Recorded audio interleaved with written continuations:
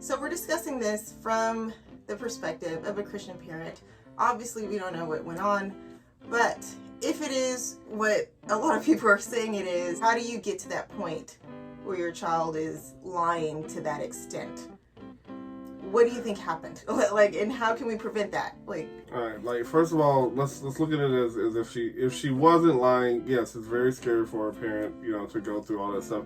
If she was lying, and if she just came home and she kind of told the truth or told the parents what really happened, then I'm picturing this conversation going like, hey, we don't want all these allegations that were going on during the 48 hours, all these death threats, all these things. It could get worse. So let's lie along with you now. Let's make this choice to play along with the story. In that respect, I go back to the idea of Samuel and Eli.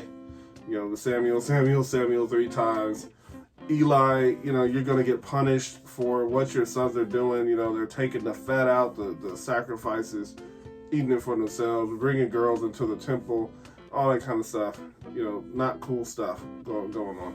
Yeah, but how was that Eli's fault? Like, the sins of children, how does it...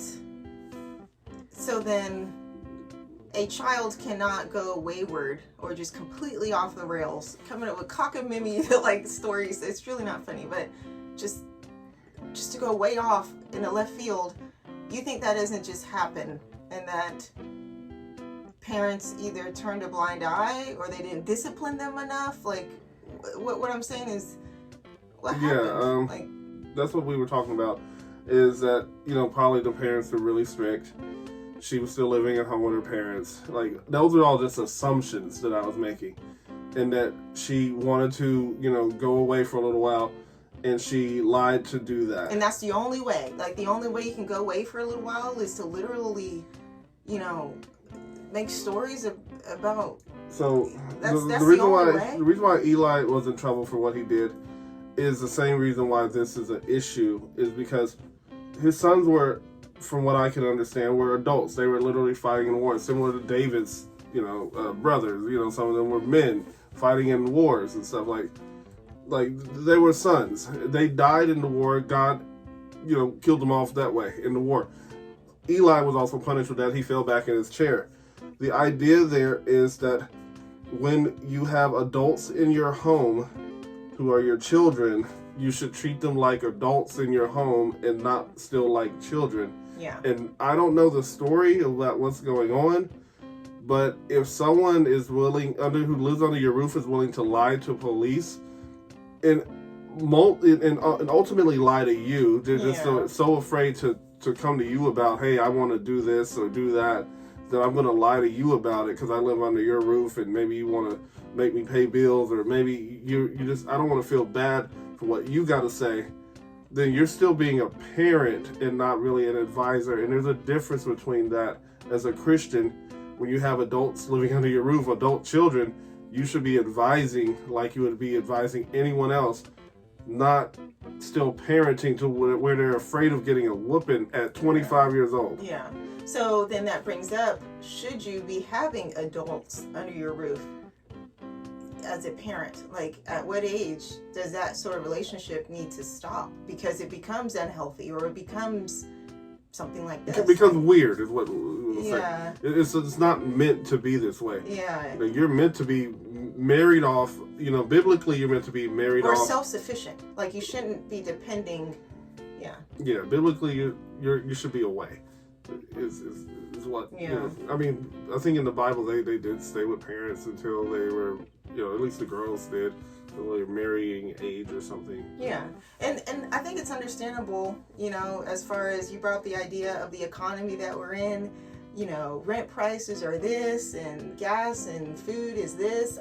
We get it. We feel the same thing. However, I just feel like if you're at the age of your peak vitality, like you're in your 20s, you can hustle, you can stay up all night, 2 nights in a row, 3, like, you can work. Then you don't have children, you can work to meet the demand of these prices. Like, so I don't think it's an excuse, oh, well, I need the help. I think more of that needs to happen so that young adults can exercise those wings or those muscles and figure out what to do. The other thing I think from a biblical perspective, I don't know if you're familiar with the verse, I think it's in John, one of the Johns, towards the end. He says there's no fear in love because fear has torment, and whoever fears does not love. So the idea, and that may not be exact, but I gotta look it up. So the idea is, if you are afraid to the point where you're willing to do anything but tell the truth, what does that say about the love relationship? Like, how can you help your child not be afraid of you? Like, how can we be welcoming in a safe space? You know what I mean? Like, for them to want to come to us. And I ask that because I'm a parent. Obviously, I'm over 20 years away from some of these situations, but I don't want that kind of thing. And I know it starts now. It starts when the children are young and developing a relationship to where, hey, we're going to talk. If nothing else, we all we got. Like, talk to me. Like, tell me. Some people out there might think, hey, if you want to, kick them out or let them move out on their own, as an adult, then you're not as welcoming as someone who would just let their child live with them who's an adult. You're saying that sending them off at a certain age is not loving. It is loving. Yeah, but you're saying that an adult child can perceive it that way. So what I'm saying is, how do we raise children so that they know, hey, it's tight, but it's right. Like, this is what you're supposed to do. Like, how do we raise them to trust us that we're not harming you? This is for your good. Like ultimately, what we're getting at is, and what you're getting at is, like, this really could happen to anybody. We could have been Carlee Russell's, parents, and a lot of people out there can be Carlee Russell's parents, to where if she's living under our roof, she's living under our rules, and she could be afraid of whatever consequence we would have given, whatever the theory is of where she was and who she was with, or who was in the car with her, or whatever. So then the other idea is just the idea of loss of morality. Like, how do you raise children to where they're not even thinking that? Like, I mean, and we're all sinners saved by grace, and I don't want to play like I'm on a pedestal, like, I would never do something like that. But it is very hard for me to think, like, would I ever do something like that? To where I would just come up with something? Like, I would think that I would have the moral compass, or just have some sort of, like, conscious to where not to do that. So how do you raise children to where they don't even have a thought to put all that together? We don't know her story as far as if she was homeschooled or public schooled. We just have a feeling in some I guess some people sharing, what could be a rumor or whatever, that the parents are strict. I just assumed that. I still think that they were, that they're very watchful of her, that they, she's going into the nursing program or whatever, she has a good future, good potential, is probably going to help out the family, things like that. She's literally living at home. That shows that the parents are, first of all, loving, but they're really loving hard. Loving hard. Oh, okay. Loving the way that they feel like is the best thing for her. As parents, raising our children to slowly get into that idea of being an individual and being their own person and being willing to be independent, rather than, okay, let's just cut it off at 18 or cut it off at 22 when they graduate.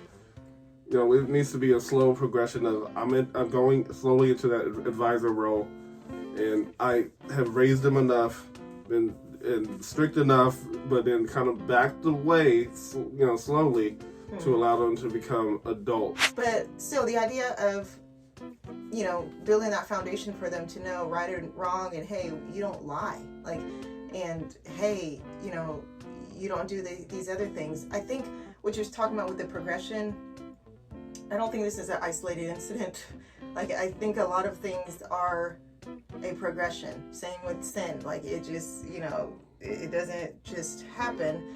There's little by little by little, like the yeast and a little leaven and all that stuff. Like, so there must have been, I'm assuming again, but some sort of history of something similar to this. The biggest attention that this is getting is people who are around her age saying inappropriate things, like crazy stuff that she's probably been into. They didn't believe it, but then there's the older adults who are, 40s plus, things like that, like, oh yeah, we've been praying and we're just glad she's home, back off from this subject, don't even talk about it, like if it was my daughter, if it was whatever, like that's what's being talked about. The point I'm getting at is, if you are cut off from the younger generation and what they are typically able or capable of doing, they're in a different world than the older generation. Yeah. They are, I'm a teacher. I see students, that, masturbate publicly in my classroom, and they're like, what? Yeah. Like this is okay. Yeah. Older generations will not do that. That's what I mean. The loss of morality. Like there's no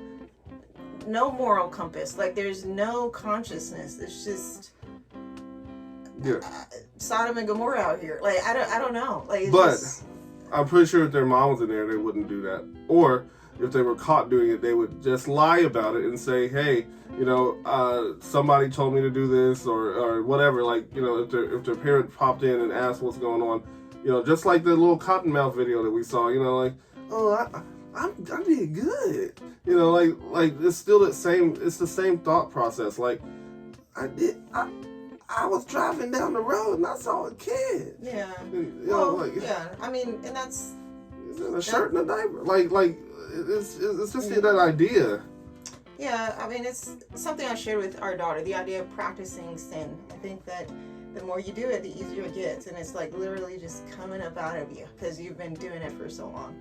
But again, it's not a criticism. It's more of a, how can we not be that? Like, how can we avoid that kind of situation? Like, where's the lesson in all this?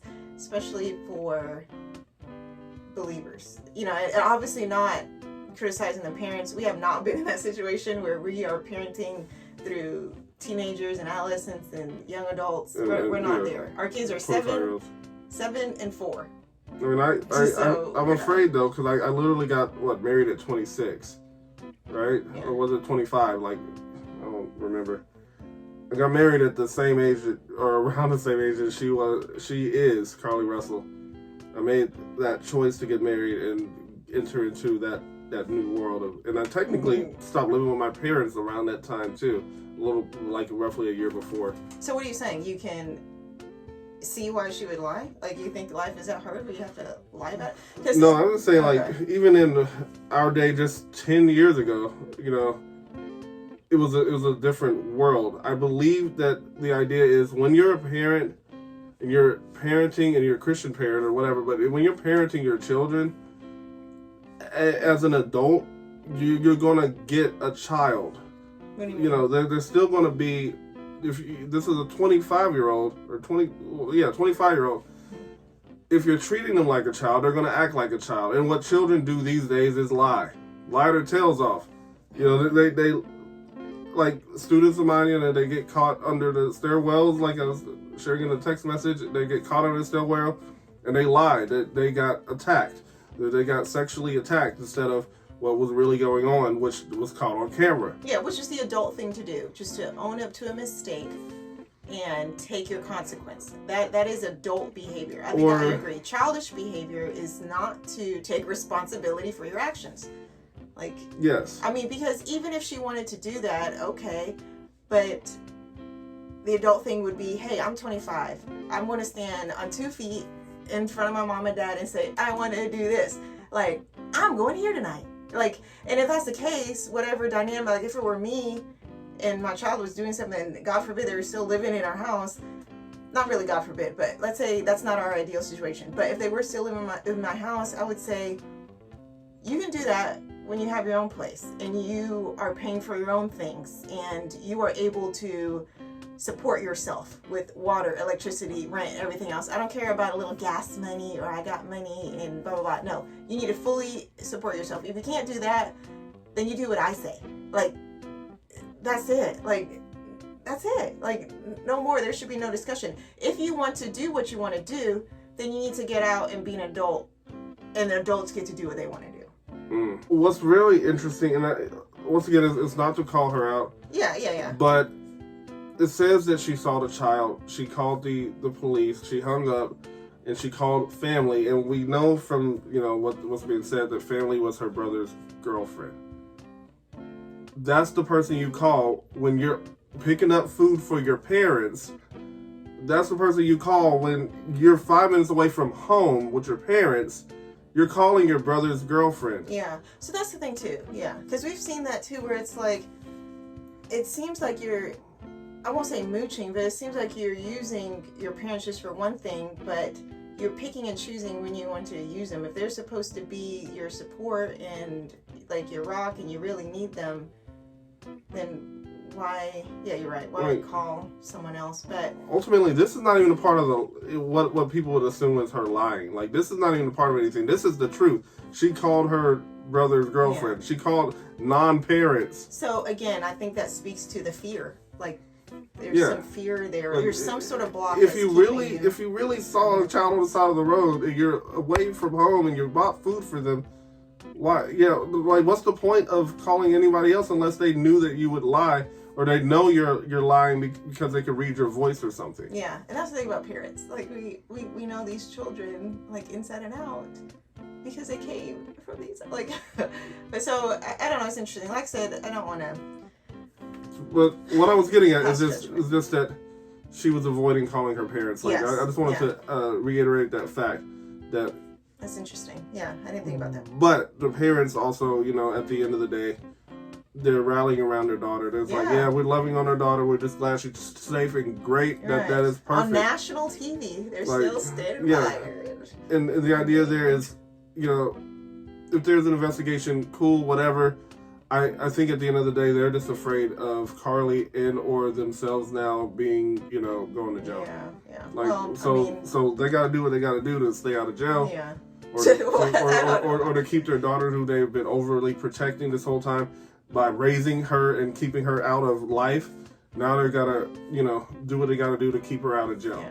But what you said about Eli, I mean, I would hope that if it comes to a situation, God forbid, to where my lie would save my child, I'm sorry, I can't. Like, or I shouldn't, because that's ultimately putting them before God. If I'm not serving God, obviously I'm not serving God in a lie.